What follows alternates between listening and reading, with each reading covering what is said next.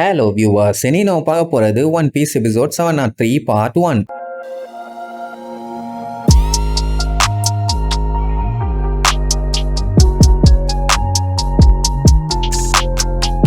Open பண்ணா நம்ம லாவை காட்டுறாங்க. பையன் அப்படியே பயங்கர ஷாக்ல இருக்கான். ஏன்னா அந்த கோரசோன் இதுக்கு முன்னாடி பேசி யாருமே பார்த்ததில்ல, அவன் பேசினதே இல்ல. ஆனா இப்ப திடீர்னு இவங்கிட்ட பேசின உடனே அவனால நம்பவே முடியல. அட வீணா போன விளக்கன்னு, அதான் உன்னால பேச முடியலடா, அப்புறம் ஏன்டா பேசலன்னு கேட்டா அவன் கேஷுவலா சிகரெட் ஊதிட்டு இருப்பான். அப்படின்னா நீ டோஃப்ளமிங்கோவை இவ்வளவு நாளா ஏமாத்திட்டு இருக்க கொய்யாலன்னு கடுப்பாவான். அவன் என்ன சொல்லுவான், நான் ஒன்னும் பேச மாட்டேன்னு அவன்கிட்ட சொல்லவே இல்லையே. அவன் அப்படி நினைச்சுக்கிட்டான்னா நான் என்ன பண்றதுமா, உடனே லா காட்டுத்தனமா கத்துவான், நீ அவனை ஏமாத்திட்டு இருக்க, என்ன நினைச்சு இந்த வேலையை நீ பண்ணிட்டு இருக்கேன்னு. உடனே சுத்தி அங்க போயிட்டு இருக்க மக்கள் எல்லாம் என்ன சத்தம் அதுன்னு சந்துக்குள்ள பாத்துக்கிட்டே போவாங்க. உடனே கோரசன் ஒரு சொடக போட்டு சைலன்ஸ் மட்டும் தான் சொல்லுவான். ஏதோ பால் மாதிரி ஒன்னு எக்ஸ்பேண்ட் ஆகும். அடுத்த செகண்ட் பார்த்தா லாக்கு சுத்தி நடக்கிற எந்த சத்தமுமே அவனுக்கு கேட்கல, ஒரே நிசப்தமா இருக்குது. அங்க மக்கள் எல்லாம் காட்டுத்தனமா பேசிட்டு தான் இருக்காங்க. பூனை எலிய துரத்துது, இன்னும் என்னென்னமோ சம்பவம் எல்லாம் நடந்துட்டு தான் இருக்குது. ஆனா எதுவுமே கேட்கல.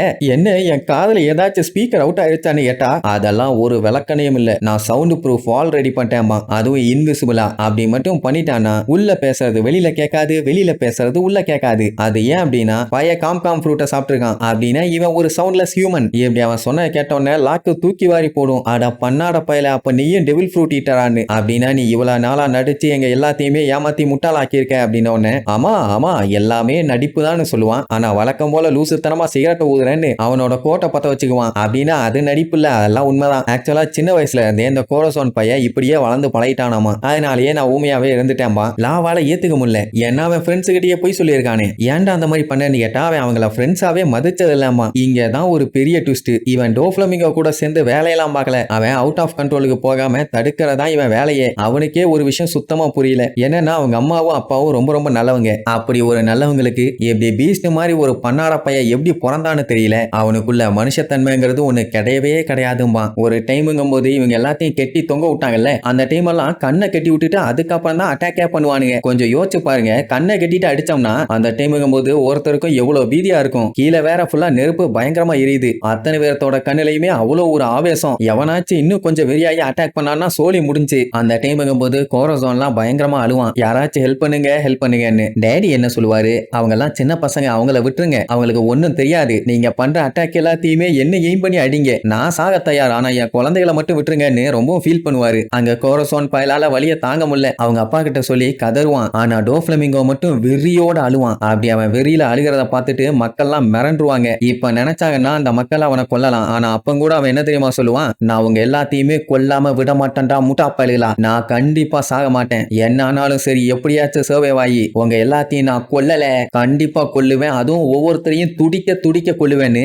அவ்வளவு வெறியோட சொல்லுவான். அதை பார்த்துட்டு அங்க இருக்க மக்கள்லாம் அப்படியே ஆடி போயிருவாங்க. இந்த அம்மா கூண்டு இருந்துகிட்டு எம்பூட்டு பயங்கரமா பேசுறான்னு அப்பவே தெரிஞ்சு போச்சு. அவன் பிறந்தப்பவே ஈவல் நேச்சரோட தான் பிறந்திருக்கான்னு. அவன் தம்பிக்கு தெரிஞ்சு அவன் எவனுக்குமே பயப்பட மாட்டான். அவன் கொலவெறித்தனத்தை பத்தி முழுசா தெரிஞ்சவங்க அவன் கூட இருக்காங்களே 4 எக்ஸிக்யூட்டிவ்ஸ், அவங்களுக்கும் இவனுக்கும் அப்புறம் ஃபர்ஸ்ட் கோரசோனான வெர்கோவுக்கும் மட்டும்தான். அந்த டைம்ல அவனுமே இவங்க ஆளுகள்ல ஒருத்தன் தான். என்ன சீக்ரெட் மிஷனை கண்டி இவங்களை விட்டு இப்ப வெளியில போயிருக்கான். இப்ப மேட்டர் என்னன்னா அவன் போயிருக்க அந்த மிஷன் என்னன்னு சொல்லி ஃபேமிலி மெம்பர்ஸ்க்கு கூட தெரியாம அவன் சீக்ரெட்டா வச்சிருக்கான். இதெல்லாம் ஏன் கோரசோன் இவங்கிட்ட சொல்றான்னா இவனும் அவன் பிரதர் மாதிரி ஆயிடக்கூடாதுன்னு. அதனால உடனே இந்த இடத்த விட்டு கிளம்புன்னு சொன்னா வாய்ப்பே இல்ல, நான் அவன மாதிரி தான் இருந்தே தீருவேன்னு ஒத்தக்கால நிப்பான். இப்படி அவங்க நச நச நசன்னு பேசிட்டு இருக்கத தூரமா ஒளிஞ்சிருந்து பேபி ஃபையும் அந்த பஃபலோ உதவியும் பார்த்துட்டு இருப்பாங்க. ஆனா நல்ல வேளை அவன் சைலண்ட் வால் போட்டுட்டான். அதனால இவனுக்கு பேசுறது அவங்களுக்கு கேட்காது. ஆனா என்ன மேட்டர்னா ரெண்டு பேருமே வாய் அசைக்கிறது நல்லா தெரியும். அதே நேரம் இந்த கோரசோன் இன்னொரு மேட்டரையும் சொல்லுவான். என்னன்னா லா சாதாரண ஆளா இருந்தா பரவாயில்ல, அவன் டி ஃபேமிலியை சேர்ந்தவன். முன்னாடி எல்லாம் இவன் வீட்டுல மோசமா நடந்துக்கிற குழந்தைகள் எல்லாத்தையுமே டி சாப்பிட்டுன்னு சொல்லி மிரட்டுவாங்க. முன்னாடி எல்லாம் டிங்கிற பேரை வச்சு நிறைய பேர் இருந்தாங்க. அதான் நம்ம மங்கி டி லூஃபி, ட்ரஃபால்கர் டி வாட்டர்லா, மங்கி டி டிராகன், மங்கி டி கார்ப்லாம் சொல்றாங்கல்ல, அந்த டியை தான் அவன் மென்ஷன் பண்றான். அப்படி இருக்கவங்க எல்லாம் பொதுவாவே கொஞ்சம் ஃபேமஸ் ஆனவங்க.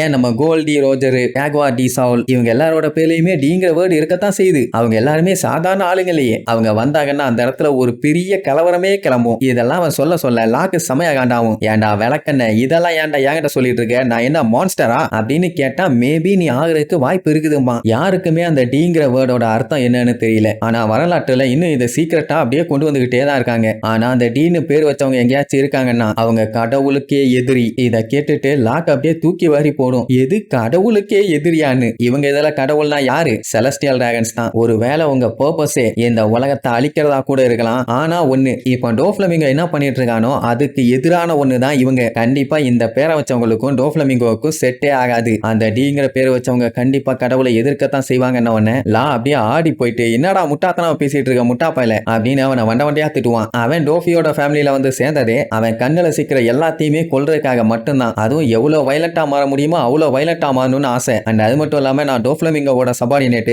உனக்கு கீழே வேலை பார்க்கறவன் இல்ல. நான் எப்படி இன்னும் ஒரு வருஷத்துல செத்து போயிருவேன். ஆனா அதுக்கு முன்னாடி இது எல்லாத்தையுமே நான் பண்ணி ஆகணுங்கிற மாதிரி கத்துவான். பட் கோரோசோன் அவனுக்கு அட்வைஸ் பண்ணுவான். அதாவது இந்த இடத்தை விட்டு போய் அவனோட ஹெல்த்தை சரி பண்ணுமாமா. இப்ப தெரியுதா எதுக்கு கோரோசோன் இந்த மாதிரி லாவை தூக்கி தூக்கி எரிஞ்சான்னு? அப்ப வாட்ச் பயத்துல இங்க இருந்து போவான்னு சொல்லிதான். ஆனா லா என்ன பண்ணிடுவான், இவனால பேச முடியும், இவனோட எபிலிட்டி என்னன்னு சொல்லி டோஃபி கிட்ட சொல்ல போறதா அவனை மிரட்டிட்டு அங்க இருந்து குடு குடு குடு குடுன்னு ஓடுவான். இப்படி இவன் சீக்கிரட்டா பண்ணிட்டு இருக்கான்னு சொல்லி அவன் அண்ணனுக்கு தெரிஞ்சதுன்னா அவன் ஏதாச்சும் வில்லங்கமா பண்ணி விட்டுருவானே. அதனால லாவை தடுக்கிறதுக்காக வேகமா பின்னாடி ஓடி வருவான். லா வேற ஓவரா வாய் பேசிட்டு இருப்பானா, ஓங்கி வந்து ஒரு மிதி அப்படியே லைட்டா எஸ்கேப் ஆகி ஒரு காலை அப்படியே தூக்கி விடுவான். பையன் அங்க இருக்க குப்பை தொட்டியில போய் பேன்னு விழுவான். எல்லாம் இந்த 2 வருஷமா பண்ணானே பிராக்டிஸ், அதுதான் இப்போ ஒர்க் அவுட் ஆகுது. என்ன கோரோசோனை இப்படி குப்பை தொட்டியில தள்ளி விட்டு வரத அவங்க 2 பேரும் பாத்துருவாங்க. பேபி ஃபை என்ன கேப்பா, 2 பேரும் வாயை அசைச்சு அசைச்சு என்ன பேசுனீங்க, ஒண்ணுமே எங்களுக்கு புரியலாம்பா. அதுலயே தெரிஞ்சு போச்சு அவங்களுக்கு டவுட் எல்லாம் எதுவும் வரலன்னு. உடனே என்ன பண்ணிடுவான், வாங்கப்பா நான் உங்களுக்கு ஐஸ்கிரீம் வாங்கி தருவேனாமா, நீங்க இந்த விஷயத்தை பத்தி வெளியில பேசாம சைலண்டா இருக்கணுமாமா, ஓகேவா அப்படின்ட்டு அழகா கூட்டு போயிடுவான். அதே நேரம் இங்க கோரோசோன் அடிச்சு புரண்டு வந்து பார்ப்பான், ஆளை காணும். இந்த மேட்ரு மட்டும் டோஃபிக்கு தெரிஞ்சது அவ்வளவுதான், இவன் நிலைமை தண்டனைக்காதான். ஏன்னா அதுக்கப்புறம் இவனை நம்பவே மாட்டான். அந்த பொடிப்பையில நம்பி சொன்னது எல்லாமே தப்பா போச்சுன்னு பேசாம இந்த இடத்தை விட்டு கிளம்பலான்னு முடிவு பண்ணி டோஃப்ளமிங்கோ வரவுக்குள்ள கிளம்பலான்னு பிளான் பண்ணுவான். அந்த டைம் சடனா டோஃப்ளமிங்கோ வந்து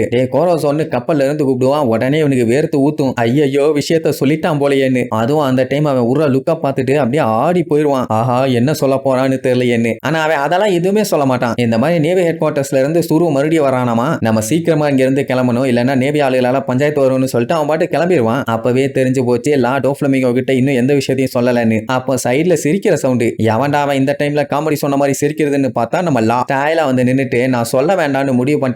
ஏன்னா 2 வருஷத்துக்கு முன்னாடி இவன் கத்திய வச்சு அவனை குத்துனால அந்த விஷயத்தை அவன் டோஃப்ளமிங்கோ கிட்ட சொல்லல. சோ அதே மாதிரி இன்னைக்கு நீ சொன்ன மேட்டரை நான் அவன்கிட்ட சொல்ல மாட்டேன்பா. சோ ரெண்டுத்துக்கு சரியா போச்சுட்டு அவன் பாட்டுக்கு மேலே ஏறி போவான். ஒரு நிமிஷம் அந்த கோரோசோன் பயலுக்கு டர் ஆயிருச்சு. அப்படியே கட் பண்ணா இவங்க தப்பிச்சு போகும்போது நேவி ஆளுங்க வந்துட்டாங்க. இவங்க கப்பலை பார்க்கவும் செஞ்சுட்டாங்க. உடனே அட்டாக்கு கண்ணா பின்னாடி பண்ணுவானுங்க. அவங்க கிட்ட மட்டும் தான் பண்ணுவாங்களா, டோஃபி கிட்டயும் தானே பயங்கரமான ஆளுங்க இருக்காங்க, அவங்க ஒரு சைடு அட்டாக் பண்ணுவாங்க. அந்த டைம் டியமண்டே கோரோசோன் எங்கன்னு தேடுவான். கப்பல்ல ஏறினதெல்லாம் எல்லாம் பார்த்தாங்க, ஆனா அவன் எங்கேயுமே இருந்த மாதிரி இல்ல. உடனே இந்த மேட்டரை டியமண்டே நேரா டோஃபி கிட்ட போய் சொல்லுவான். அவன் ஐயோ என்ன ஆச்சுன்னு பதறும் போது சீனியர் பிங்க் உள்ள இருந்து ஒரு லெட்டர் ஒன்று எடுத்திருப்பான். அது அந்த கோரோசோன் எழுதுனதுதான். அதாவது நான் லாவை கியூர் பண்ண இங்க இருந்து கிளம்புறேன், என்னை தேட வேண்டாம்னு சொல்லியிருப்பான். டோஃப்ளமிங்கோக்கு ஒன்னும் புரியல இவன் எதுக்காக இப்படி பண்ணிட்டு இருக்கான்னு. அப்படியே கட் பண்ணா ஒரு சின்ன போட்டுல கோரோசோன் நம்ம லாவை கிட்னாப் பண்ணி தூக்கிட்டு போவான். அவன் காட்டுக்கத்துக்கு அவுத்துறா இல்லன்னா உன் பல்லு எல்லாம் தட்டி விடுவேன்னு. அவன் என்ன சொன்னாலும் அவன் கண்டுக்கிற மாதிரி இல்ல. ஆனா அந்த டைம் டோஃப்ளமிங்கோ கால் பண்ணுவான், ஆனா எடுக்க மாட்டான். இப்ப என்னைய என்னதாண்டா பண்ண போறேன்னு தொண்டை தண்ணி வத்துற அளவுக்கு காட்டு கத்துவான். ஆனா கோரோசோன் எதையுமே கண்டுக்காம அவன் பாட்டுக்கு போவான். அவ்வளவுதான். நெக்ஸ்ட் எபிசோட்ல மீட் பண்ணலாம். டாடா.